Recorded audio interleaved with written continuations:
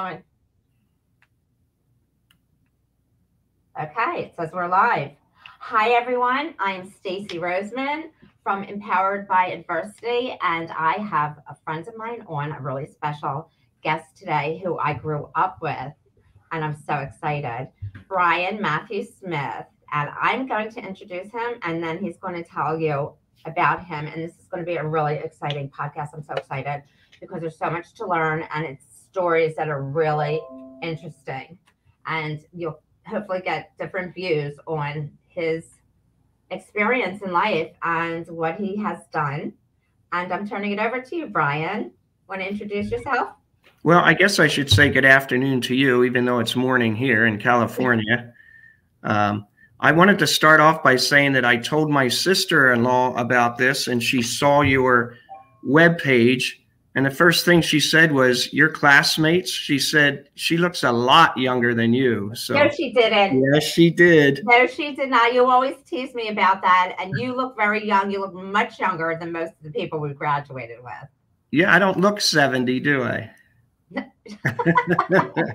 How about not even 60? Not even 60 yet. Are you 59 yet? Yeah, 59. You are? When was your birthday? In March. Okay. So that makes you what? Are you 40 yet?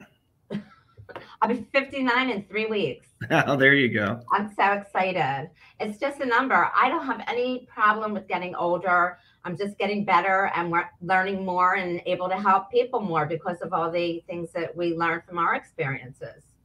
Yeah, I don't know how I'll be I never worried about any age, but I don't know about 60. 60, we used to think that 60 was old, but now I'm still playing ice hockey about 3 times a week. So I guess as long as I'm getting out on the ice, I guess I'll be okay.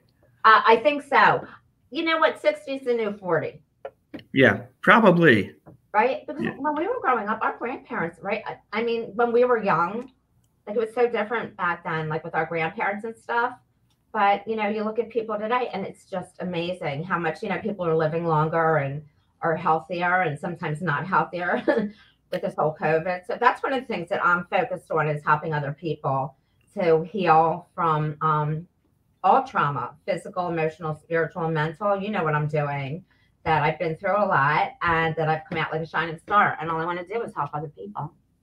Yeah, I think especially now it's really stressful with this COVID and what's going on, and just, boy, it'll sure be nice to, you know, people be healthy again and not have to stress or feel the anxiety all the time. Right. There's PTSD with, you know, the COVID. It just, I mean, even people who've had COVID are dealing with, you know, brain trauma and PTSD, and you've seen so much PTSD in your life with things that you've done and experienced and helping other people. And also you experienced it yourself, right? Yeah, you know what, on the highway patrol, and I'll talk about some of it, but, you know, easy over 1,000, you know, dead bodies out on the scenes and different things, 2 fatal shootings. I mean, you go through a lot of that. It is tough. Plus, you know what, regular everyday people have been really feeling this stress over this COVID as well. People have lost, you know, family members. People haven't even been able to go see their relatives in the hospital. I mean, and you know what, when you have close relatives that have to go to the hospital for any reason and you can't visit them, that you know, that really takes its toll. You know, that's traumatic. Yeah. So, yeah, I was just you asked to just say a little bit about myself. So, you know, we graduated together in Cheltenham High School, and, you know, I wanted to be a Pennsylvania state trooper since I was 5 years old, growing up watching, you know, Adam 12 and Chips and Rookies. I really wanted to be a police officer. My dad worked for Pennsylvania Fish and Game, and so seeing him in uniform back then. What's that? You knew that back then. Since I was 5 years old, that's all I ever. How did that happen? You know what? I think one, seeing my dad in uniform, and then watching Adam 12, and then the Rookies, and then a little later Chips came out. You know, I think we were junior high and high school when the TV show Chips came out, never thinking that I would ever be on Chips or even in California. And yet years later, they actually came out with a movie called Chips 99, and I'm actually in that movie as an extra, and I got to know all the different, actors from Chips, and now I'm good friends with Eric Estrada and I know, Robert. that's amazing. Yeah, Robert Pine and I, we talk probably every other month, and we play golf every once in a while. And in fact, hopefully, Eric Estrada is going to be here. He's going to be coming up to the house again, and we're going to go. We're going to go to the Bakersfield CHP golf tournament on November 1st. So hopefully, he's coming up here again. But as a kid, I just wanted to make sure that nothing got in the way of my dream of being a police officer. And then I joined the Marine Corps and to get my bachelor's degree and a sergeant in the Marine Corps. And being in California, I rode with the police department. I had a great time. I rode with the sheriffs, had a great time. I rode with the California Highway Patrol, and I said, this is what I'm doing the rest of my life. And I loved every day of it. I mean, definitely downsides of what you see on the job, but just a great job. And now my oldest son was in the Marine Corps and Highway Patrol. My son-in-law's Highway Patrol. My daughter, probably not supposed to say, but she works for a federal law enforcement agency too. So, yeah. Were you were the lieutenant in Bakersfield? I was a captain, which was the commander, and then I promoted to assistant chief, which covers several Highway Patrol offices that I had to supervise. But in Bakersfield, right?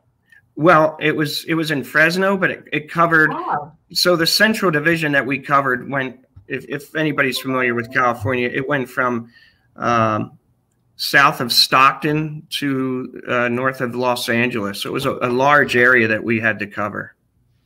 So I thought maybe you live in Bakersfield or something. I don't know what it is. I shot a Western film there. In Bakersfield. In Bakersfield. How about that? That's funny, right? Well, I know you have quite a few films behind you, don't you? A couple. Yeah, a couple. I think you've had quite a few, and you're still working. Stage name too. So you what? I have a stage name as well, Jennifer Reese. Oh, okay. So sometimes I go under Stacy Roseman, and sometimes I go under Jennifer Reese. Well, we're going to have to look those up. And aren't you still? I mean, you still have plans to do more. I want to start doing TV commercials. I'm getting some photos done very soon. And I do have an agent out here, but you can have more than one agent here. It's a working state, so it's a lot of non-union. There's more non-union work, but I am union. I'm Screen Actors Guild. And there is a substantial amount as well with that. And I'm really excited he has to get back involved with it. Yeah, it'll be nice once they start, doing all the filming. And my son is an actor in LA. He's been on a bunch of TV shows. He really likes the theater. So he was doing some work in New York. I'm trying to get that sun out. And now he's in Los Angeles, and he just finished another play where he was the lead. So I think he enjoys the theater more than the actual TV. And then I have a son in Florida that was doing like the trapeze and teaching that and gymnastics. Really? Yeah, but he was doing so well. He owned a gym down. Well, he's in Jacksonville, but he owned he had a gym there and was doing so well. And then COVID hit, and he tried to keep it going and do some online, and he ended up losing the gym just because. Oh, it's a sin. Yeah, and he was doing so well. That's the worst part. Well, maybe in the future, be something bigger and better. Well, yeah, I'm waiting for you to, go nationwide with your show here. Then we'll get them on there. We are nationwide. Oh, you are nationwide now, aren't you? Global, because it goes onto YouTube and Facebook, so we're global. Oh, great. Now I'm really nervous. Okay, so where is it? You should bring him on. Yeah, we can do that. We can. He's very, very creative. I love creativity. That's one of the things that I'm teaching is to open up your creative senses and different areas of creativity. I teach different classes in creativity because that's part of healing. It's part dealing with PTSD. There's all different types of therapy. It's like art therapy. And I just decided on the first art program that I'm going to be doing. and it's really exciting. So I can't say it on here yet, but I'll tell you later. Yeah, that's great. And you know what? There is so much. People have so many talents out there that they're not using. You know, and they really need to. And you know what? Now is the time, right? People were locked up for so long. Get out there and do stuff. Things that you always wanted to do that you didn't think you would do. People don't even know. They don't even know that there's a lot of people. Like my mom started like 5 years ago painting, and she's amazing. Wow. Doing all different types of art projects, 3-dimensional, all kinds of different things. She's incredible. And I have a degree in graphic design, but I never utilized it for work. I just utilized it for my own painting and creating, projects. But it's a great way to free yourself, like dancing. No, I agree. You know what? In the middle of the COVID, we actually got pretty, we were doing trivia with families. So we Zoomed and all back in Philly and Florida and LA and stuff. The different kids got together and we made up each week. Each child had to come up with their own trivia questions. And we did that each week. And then you talk about art. Great. That's for your brain, building new pathways. That's a wonderful exercise. And we still got to see everybody through the COVID. And then when you talk about painting, I went and got, paint sets for my daughter and I, and I mean, hers was beautiful where you had to paint by numbers. Hers looked great.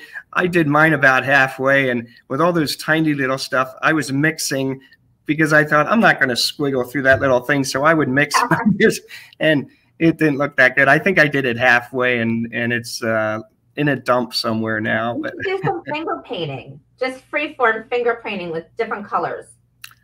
The last time I did that, my wife got upset because I got the paint all over the couch. So I'm probably yeah. Well, you can put plastic or paper underneath. Oh, okay.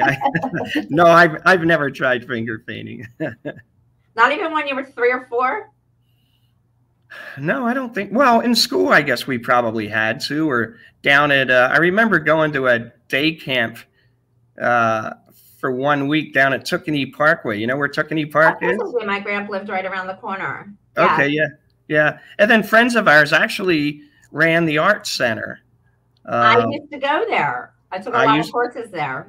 I used to have to clean there when we were when I was a senior in high school. After everybody was done at like 10 at night, 10:30, I'd have to go in and clean that entire art center alone, and then walk all the way across the village and go to school the next day. Wow, that's a far walk. I took stained glass there. I took jewelry there. I probably took painting. I don't know. But you said your son, he likes theater, right? And did he study in New York? I studied in New York. I studied theatrical for like Broadway. That's what I studied. Yeah. A great school. Did he study there?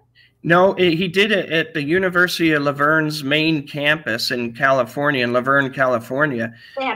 He actually, I was kind of upset because he was a really great quarterback and linebacker for the high school football team.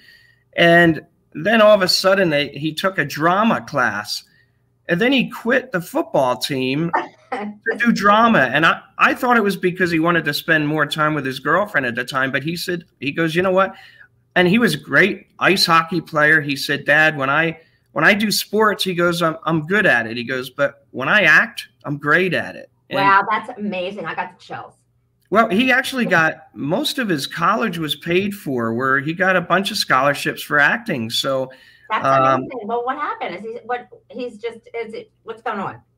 Well, now, like I said, anytime he's in a play, he's usually the lead. And he did a bunch of off-Broadway in New York, and then he just did recently he did a play in New York, and so he sing and dance. I don't know about dance. He did sing in some of them. But yeah, I'd have to see about the dance. He surprises me every time I see him. He has new ways of acting. I mean, he does a great job. Yeah. Do you have any, is there apple apple does not fall far from the tree in you with your son? Do you have any of those talents? No. In fact, we talk, well, hockey maybe. I mean, my boys play hockey. I have identical twin girls as well, and they were, when they were young, they did commercials and were in a couple different movies and some extras, and then they hit an age where we weren't allowed to go back with them backstage where they did their acting, and they were still young. And I said, no, we have to go back. We're not leaving our daughters alone. And they said, well, there's a social worker here that watches. And I said, yeah, but I still don't know that social worker. So we stopped when we couldn't keep an eye on them. We stopped taking them down for auditions. And the one, you know, here they were valedictorian at their high school, and they graduated perfect score on their bachelor's degree in only 3 years. And then wow, the one is she got a $95,000 scholarship to UCLA Law School. She has 1 more year left, and she's already hired at a law firm. And like I said, her sister is in that federal agency. So I've always said, you know, thank God that our mailman was intelligent and good looking. You've done a great job. I'm really proud of you. Thank you. But they've worked hard. In fact, when they were doing their homework one time, I came in and they're blasting music while they're doing their homework.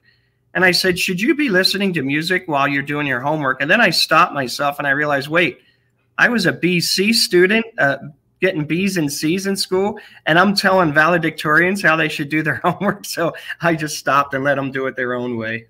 That's funny. Can you talk about your the CopTales? I love the name CopTales. CopTales. CopTales. CopTales. CopTales. Right. I love it. So it's a you know, I especially with all the you know, defund the police and different negativity towards law enforcement, I realize, you know, a lot of people that follow that, they really don't know what we do out there. And you know, I was involved in 2 fatal shootings, and we can get to that a little bit later if you want. Talk about post-traumatic stress and what I did about that, because I think that's huge for, you know, for your viewers. But I thought about, you know, there's so many good things that law enforcement do out there that we need to tell people that. And so I started a column, and it really took off. It was in one newspaper, then another newspaper picked it up, and now it's on several social media sites. And I now hearing about negativity. Things are negative on the news. I don't like to watch the news too much because of all the negative energy that you get from it. And you're always hearing about negative things. So this is great that we can hear the positive. And that was the idea too, because it's most people, I would say the majority of people that get into law enforcement do it because they want to help people. And that was definitely, you know, my biggest motivator as well. So I started this article, and it started off pretty much with some of my stories. And then I got stories from other law enforcement people, and it really took off. In fact, I just wrote my 140th column, which has 3 stories to each column. So, you know, that's quite a bit of stories that are there. One of them. Brian, where is it? Where are these stories? Like, if people want to read about it, or they want to do a story with you or something. So I can give you my email address. Why don't you give it to me right now so I can post it? Let me put my glasses on, okay? Okay. Go ahead. So they can email me if if they're a police officer, law enforcement, and they have a story. They can email me at bmsmith778. You know what? Let me start over because I've been capitals. I'm just going to put it. Okay. So it's bmsmith778 at gmail.com. Is it on Facebook? It is. And also, if they go online and they just type in Californian, not California, but Californian. Tony Tyson said you're her favorite boss ever. What? Say that again? Tony Tyson? Oh my gosh, she's awesome. Where's she now? Tell her we need her to come out of retirement. Okay. Tony. Okay, let me get this off. Okay. Well, are you retired? Well, I retired from the highway patrol, and then I became a deputy chief of police for a city police department here, and then I did other work for other agencies. Now I'm looking into running for county supervisor here in Kern County, and So what will so you do with that? what's that? What will you do? What would your responsibilities Uh, be? well, the county has 5 county supervisors, and they pretty much vote on policy and different things that happen in the county. And so each supervisor has their own district, but they all vote together on policies and look out for the different departments in the county. Right. So to do that, to run, like, we haven't officially announced yet, but we're doing everything and all the background work, looking for donors and endorsements and all that. So like, now, what do you need? Donors what's and that? endorsements, like who do you need? What do you need? Why don't you tell people what you need? Well, again, they'll have my email, and we're going to be developing a website and all that. I don't want to go out official yet because you make an official announcement on that. Okay.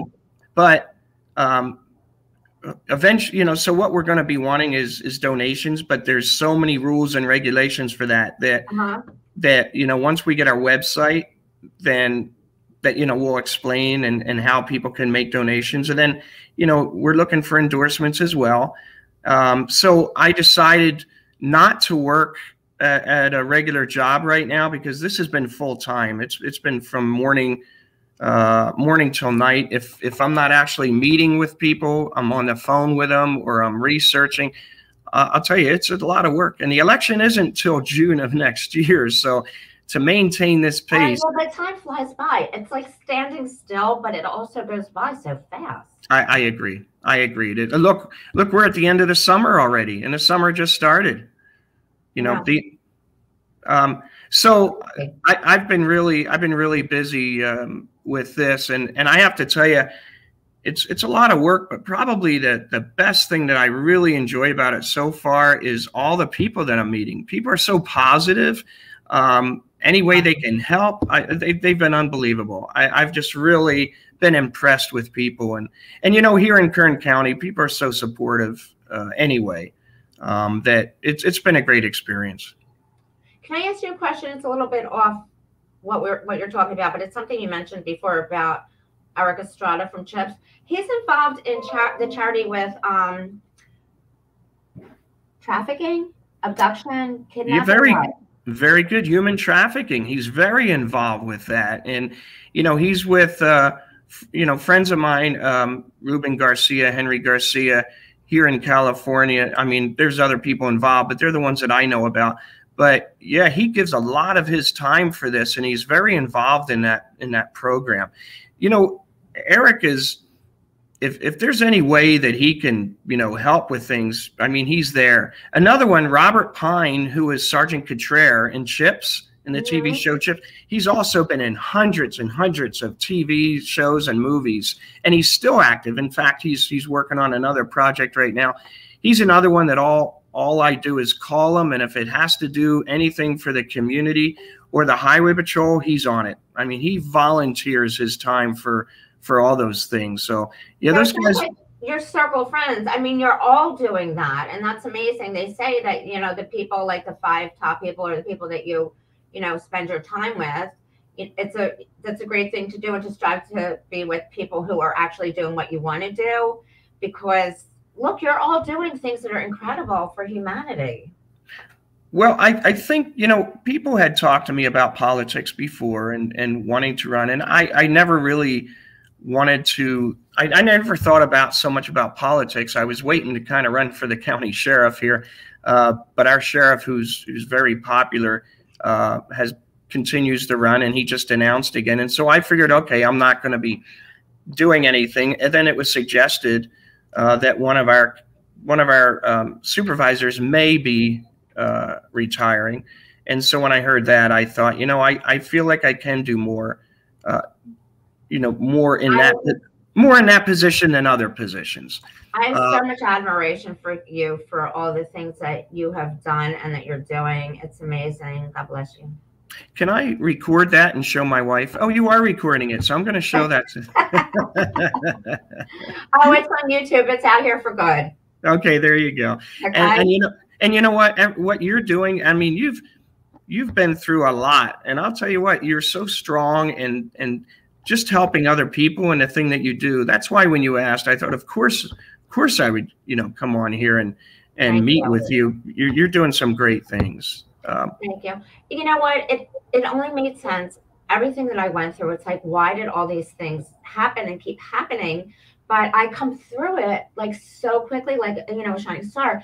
And from all the studying that I've done and putting into action for the different things that I needed to, I mean, there was some horrific car accidents that I was in, especially when I was hit as a pedestrian, which just went on and on and on.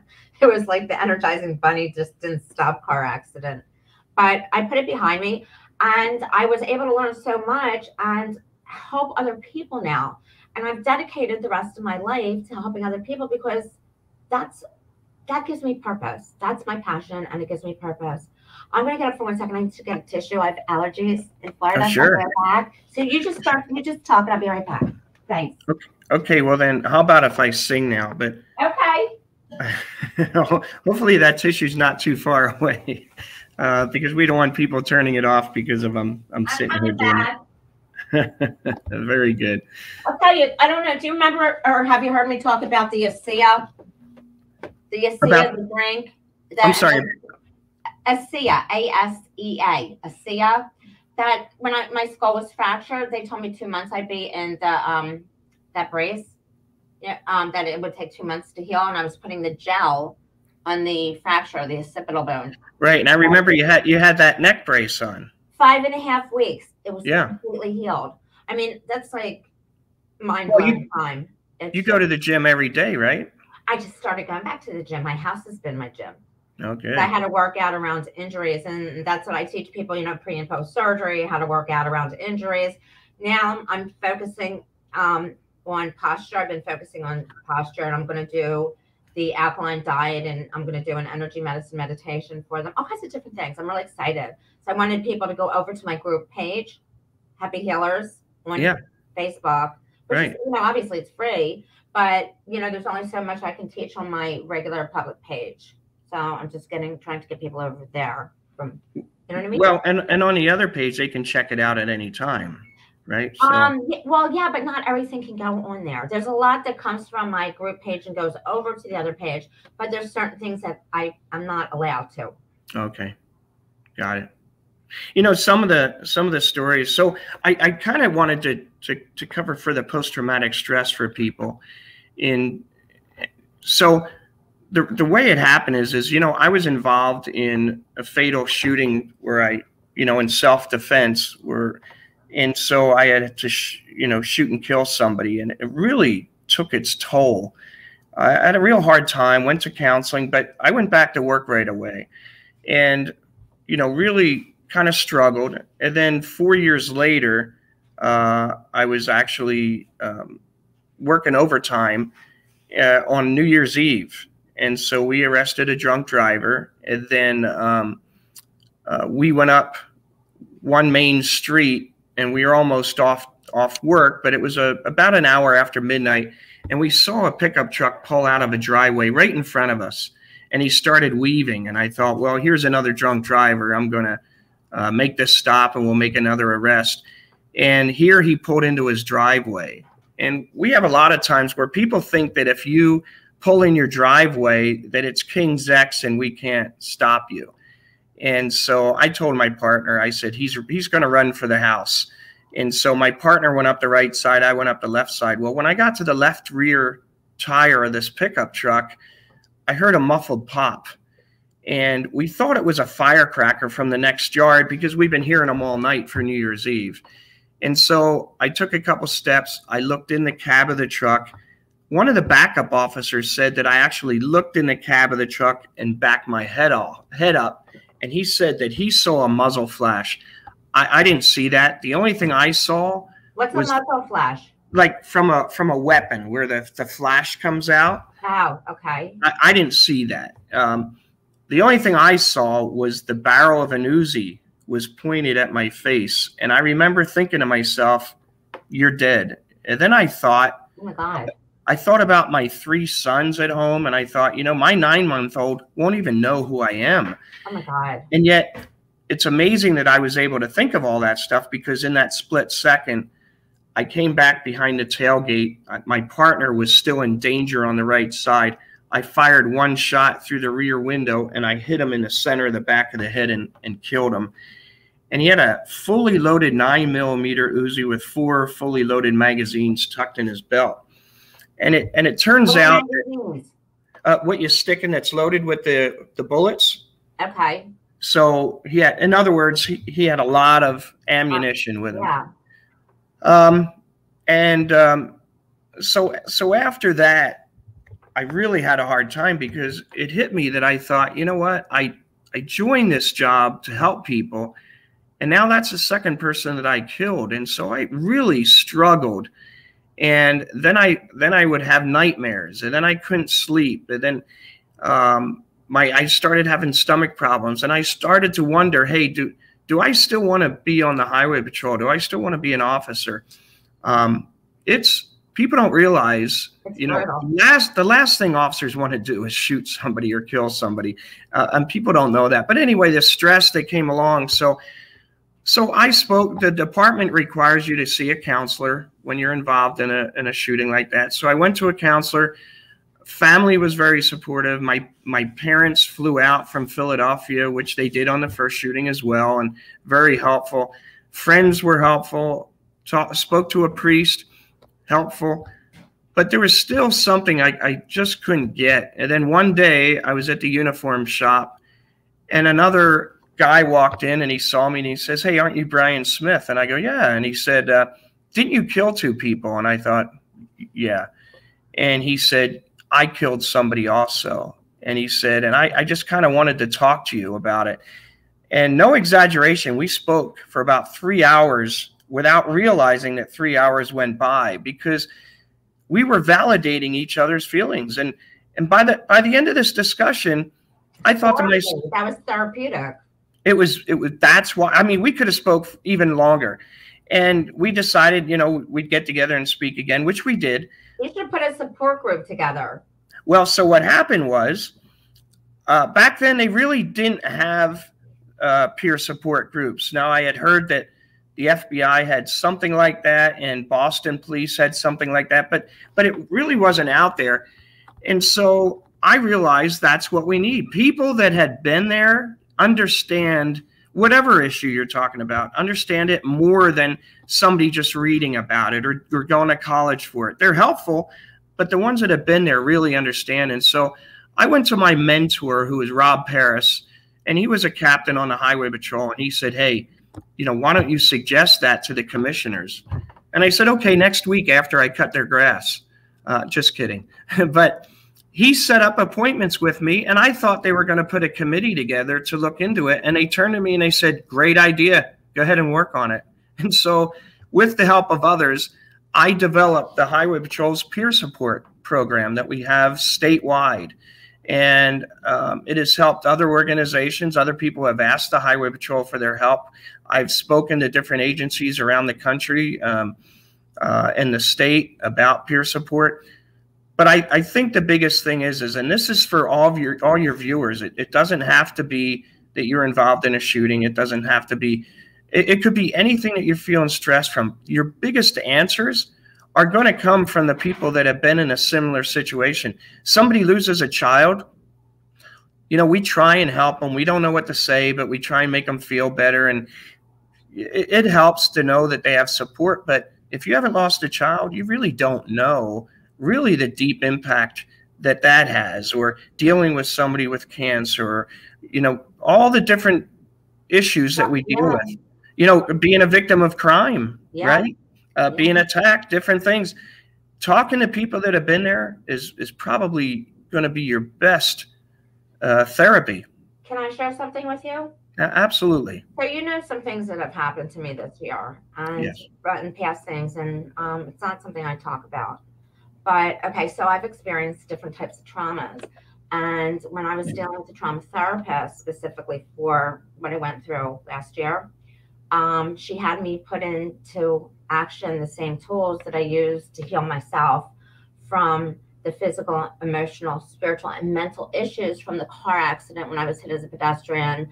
And I had to have, I had a traumatic brain injury. I lost my memory for a year and a half, and bedridden and all those surgeries. Everything that I learned, and it took me a really long time to learn everything. I've been studying for 35 years, but she had me take those same tools and incorporate it into my life for what happened to me last year. And I was able to, in a very, very short time, because most people never get over that, I was able to get myself to a place that was conducive for, a healthy life. And I continue, to work on that now. So those are the things I realized that it does cross over. Like if you have like an illness or cancer or the death of a parent or a loved one or a crime, a victim of a crime, I found out that those tools actually worked just as well in different areas, those different areas of trauma. Because trauma that you experience gets into the cells of our body, and the emotional body affects the physical body, and it ends up manifesting in the body as diseases. You can get heartburn, you can get headaches, you can get all kinds, whatever it is, across the board. You can get pains in your body, chronic pain, fibromyalgia from the emotional trauma. In any of those areas, it manifests in the body. So it's really important to get somebody who can help you with trauma and get yourself back into neutral. You have to build new pathways and get back into neutral from where you were prior to. But you learn so much about yourself that your whole life is just changed in such an incredible way. And it's better to try and cope and do those things in the beginning, because eventually what's going to happen is it's going to show up in other ways: alcoholism, drugs, depression. So and a lot of anxiety, right?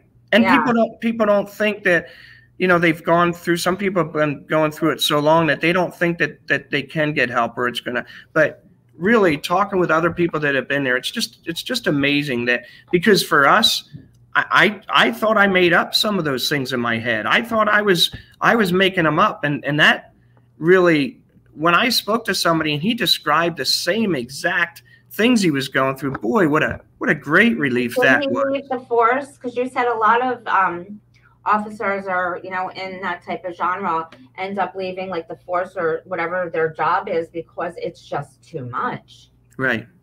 And you know what? And some of and even the other peer support officers have even told me that, and it's happened to me. People see me years later and said, thank you, because, I was ready to leave the job. And thank God I didn't. And I think of that too. My dad really pressured me. Don't leave. You need to stay, and all this stuff.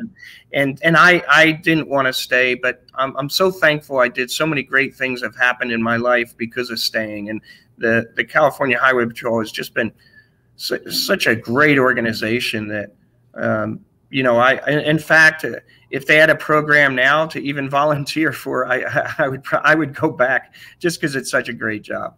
Wow. Yeah, that's amazing. So a lot of times what happens though too is people repress it. They just kind of push it under the sofa like it doesn't exist, and it's still in the body. That manifests horrible, horrible things. You can't do that. You need to deal with it. Well, you know what? The analogy is like holding a beach ball. If you're in the pool and holding a beach ball underwater, you can hold it underwater for a long time, but eventually it's going to surface. Now, how does it surface is the question that we talked about earlier, right? The depression or the drugs or the alcohol and all that stuff.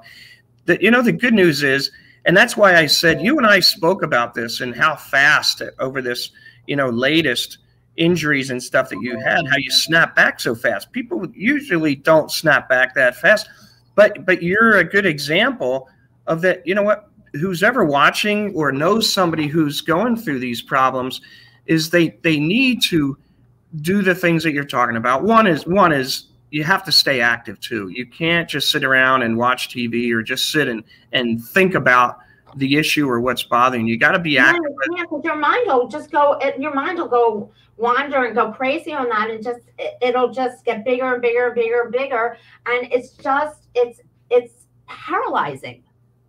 You know, but it's really, once you learn the techniques and you deal with it, and this is something I've been studying for a long time, been studying with some of the top people in the world. You know, I am right now, Vessel Vanderkerk, who is like, he's known as like the top trauma therapist in the world, somebody I'm studying with right now. But you can't let these things fester and manifest in your body. You have to learn how to deal with it. And I figured out all these like creative, fun techniques. And yeah, you have to reconnect with your spirit, your soul. You really do. It's so important. And most people aren't connected spiritually with themselves either. And people call that different things, higher power, whatever, you know, sure. But they're not connected with that. And that's one of the things that is so important that I do teach. No, I agree. And for me, it was, you know, it was always, you know, my religion as well. Right. A lot of people like God, you know, right. or higher power. Right. And that's obviously, you know, that really helped as well. You pray. So one of the things. What's that? You pray? Oh, yes, I do. In fact, you know, I go to church every week, but I also say the rosary every night. You know, that's kind of my time too, to, you know, say the rosary, and it puts me, you know, closer and stuff. So, I mean, it works for me. Yeah. That's great. But so I just wanted to tell you, I don't know how we are with time. I just wanted to kind of tell you a couple quick CopTales. Okay. And for your viewers, you can go online and all you have to do is type in Californian CopTales. And if you put that in, you can read a lot of the past stories. There are a lot of them there. But I just a couple Californian. What's that? Californian CopTales? Yes. So it's Californian, and then the CopTales, if you do it, I'm sure it'll be 2 words or 1 word. I usually just put 1 word, CopTales. Yes. You know what? I just want to say one thing real quick. So I was dealing with major brain trauma from this past injury, and I was having so many problems with spelling. That happened to me before when I had a TBI. Because like the visualization, you can't actually see, you can't visualize things. It just doesn't happen. It's really weird.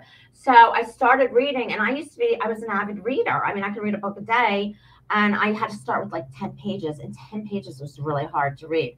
But this is like 2 months. It's not even 2 months already. And I did get that back greatly, not fully, but greatly. I mean, I'm actually able back, you know, to reading like a book a day.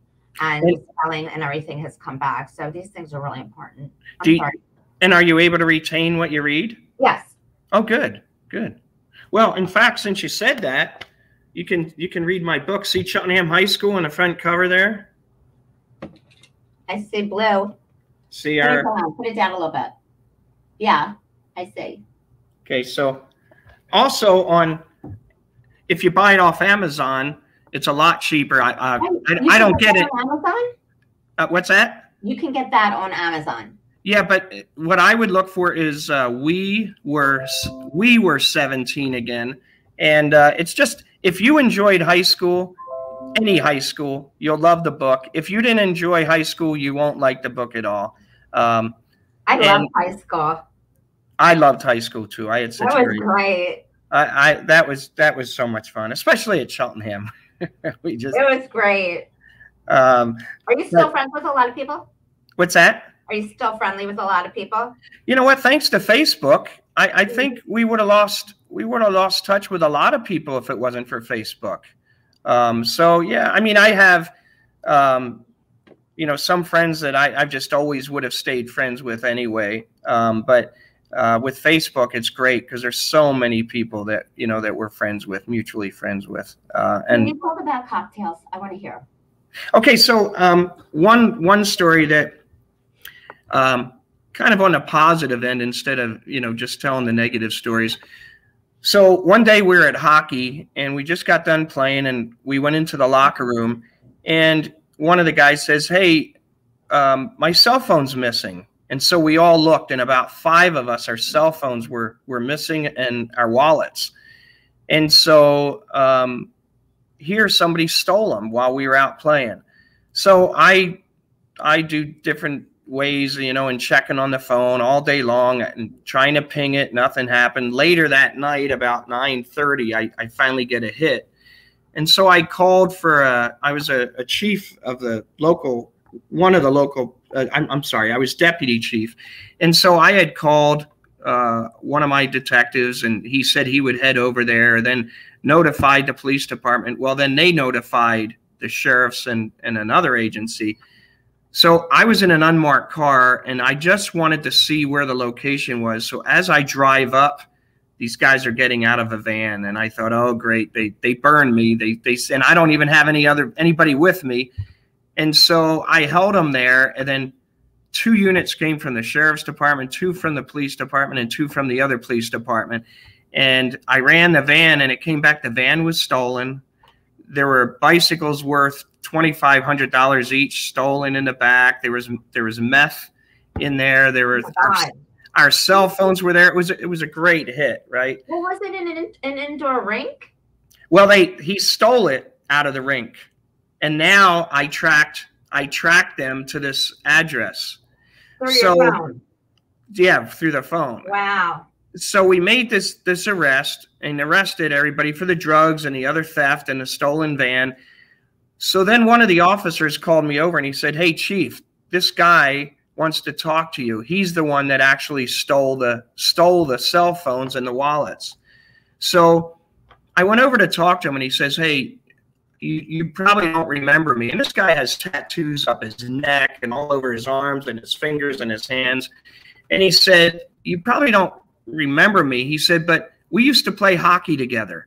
And he said, "And then I got hooked on drugs, and my wife left me, and I have a young son, and my wife took him away from me, and I'm not allowed to see him. And so I just stopped by the rink for old time's sake. And while I was watching you guys play, I realized that nobody was paying attention to the locker room. And because I have this drug habit, I went in there and I stole your money and your wallets and your cell phones and all that." And he says, "But I want you to know, I truly am sorry."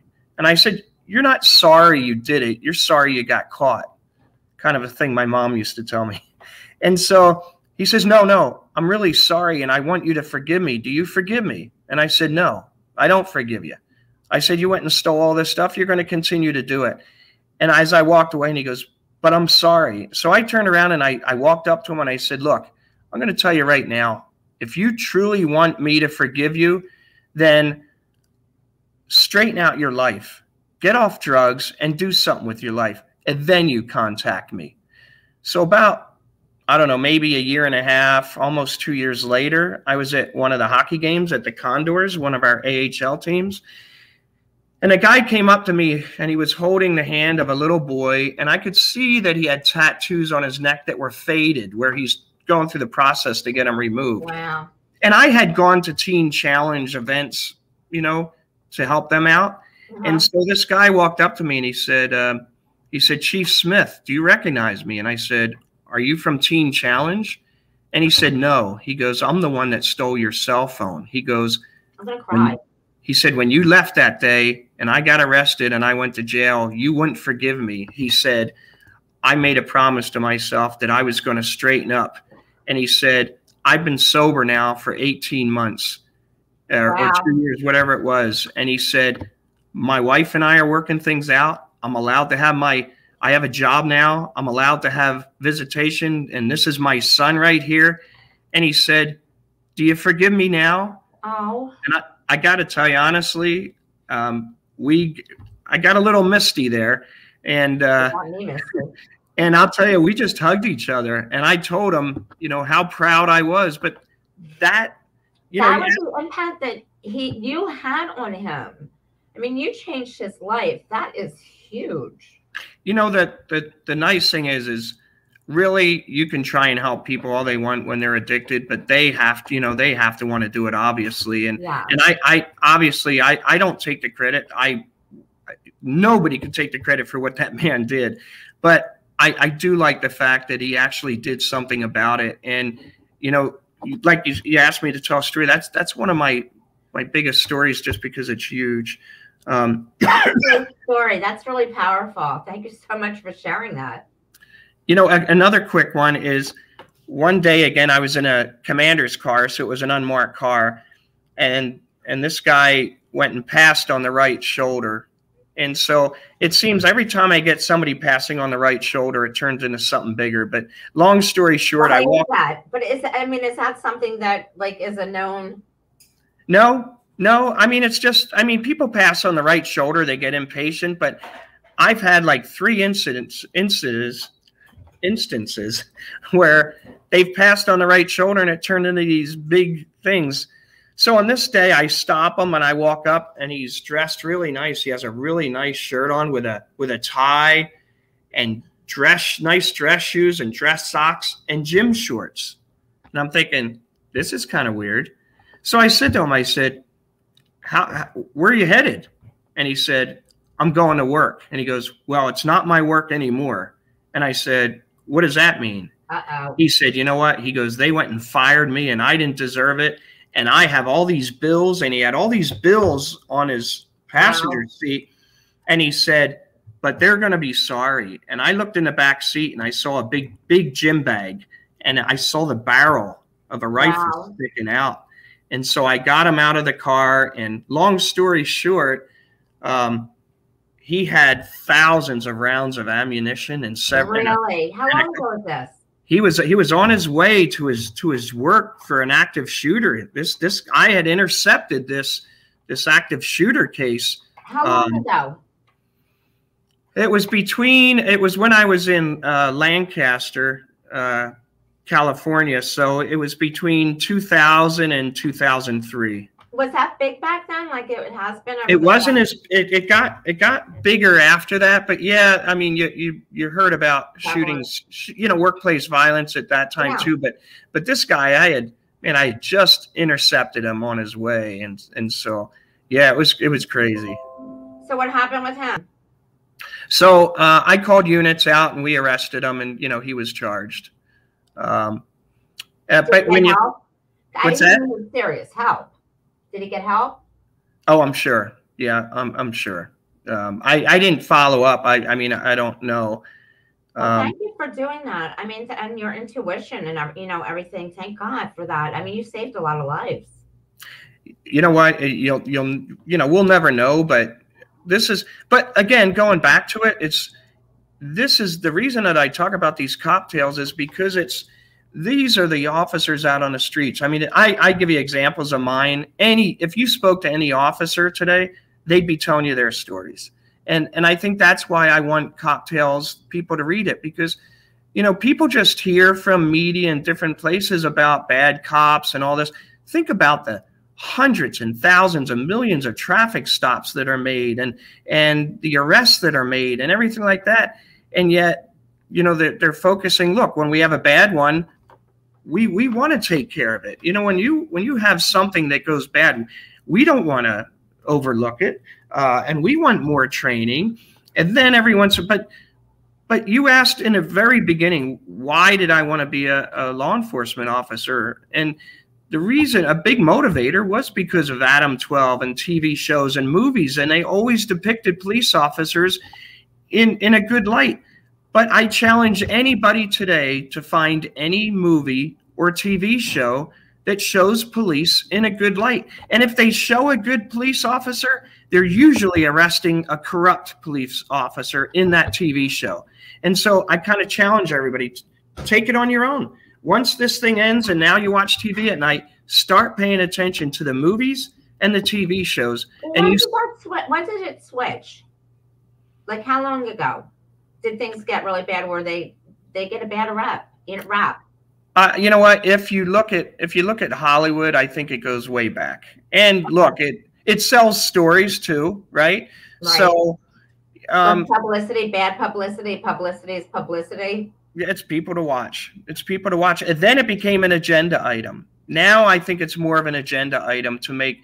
I'm telling you, right? You won't find any shows where it's it doesn't show corruption for police in one way or the other, or talking bad about police, or making them a bad person, or they beat their wife, or they're alcoholics, or they're, you know, on the side maybe snorting cocaine, something like that. And so, you know, as an officer that, you know, I've dedicated pretty much 36 years to law enforcement, and I've always been there to help people, you know, whatever I can do, and give away. I mean, we give away so much money and to people in the poor neighborhoods, and help people and stuff. And when you dedicate yourself to that, and then all you see is being attacked, it's hard. It's tough. Yeah, it's really tough. Um, Why do you think though why do you think it's gotten such a bad rap over the past couple years though? I mean, do you think it has to do with politics? And I don't talk about politics, so right. I was going to say, it has to do with politics. Yeah, and that's what I was trying to avoid too. Trying not to get into the politics part of it, but unfortunately, I think there's a lot of politics involved. There are a lot of politics involved, and I think there's an agenda there, and that's sad too, right? You know that. You know, we're kind of divided as a country, but you see that, you know what, we still have to care about each other. We still have to get along. We need to come together much more. People, you know, there's a big awakening going on in the world, because, and I think COVID, it was happening so fast anyway. Before, there's a lot of spiritual teachers out there that have been, you know, teaching this for quite some time, and myself being one of them. About the awakening, but with the whole thing with COVID, it's expedited everything so quickly, and it's amazing what's going on now around the world. I mean, the evolution is going to change dramatically, but it's going through some really devastating things at the same time. Really, you know, but I think at the same time too, I think that any little progress that we make, I think we need to look at that as a positive. I also think that personally, there were things that I always took for granted, you know, just being with friends, just going to the movies, just going to hockey games, just going to baseball games. Mm-hmm. I think we took a lot of that for granted. And now that we, you know, you kind of get to do a little bit more, I appreciate it more.